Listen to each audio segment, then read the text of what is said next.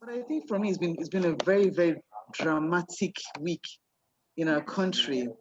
You may have even heard some of the news. We've had protests in Nigeria, and in my city in particular, it was really, really bad. We had killings of young people. The protest began as protests against police brutality, but it took a downward turn when the army got involved and they shot some unarmed civilians, young people. It was heartbreaking. It's not even describing just the sadness in the city. And as a result, that just erupted, riots and vandals are just looting and destroying properties everywhere. It was just so just madness in the city. The police, felt like they were targeted, so we didn't have police presence, and people just went crazy, burning buildings, burning cars. It was so sad. That was very, very heartbreaking for us in the city. That was definitely a low, and I think that just really, really just it drew us to pray. But it's been a very difficult time.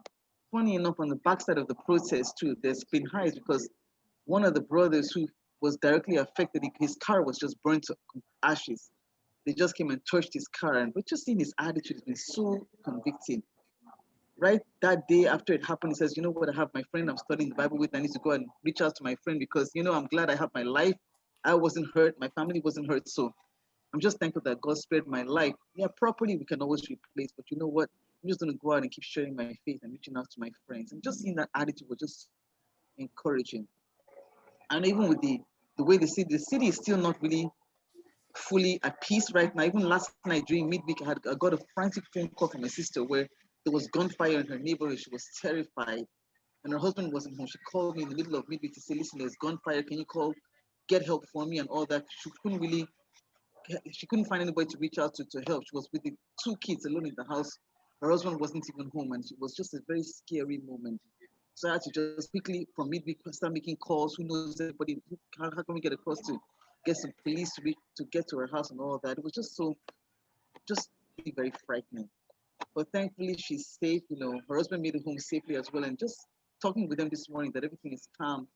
It's been very frightening in the city right now. Even this morning, another report that some of these you know, the people who are angry came to another brother's house to just attack them because he works with a prominent member in government. So people are just being targeted. There's a lot of unrest in our city because people are angry, don't feel like they're being taken care of by the government. So when there's cause for angry, just everybody gets affected. So it's been very, very crazy in Nigeria right now. Please pray for our country for peace, for the government to hear what people are saying, and just for them to be very transparent and to care about the poor people.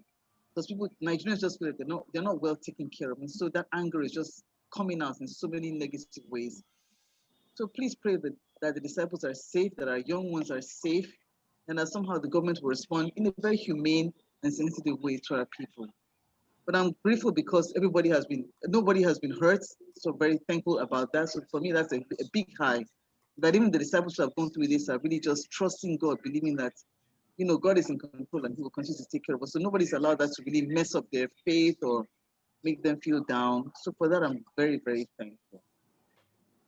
So I think those are my highs and my lows.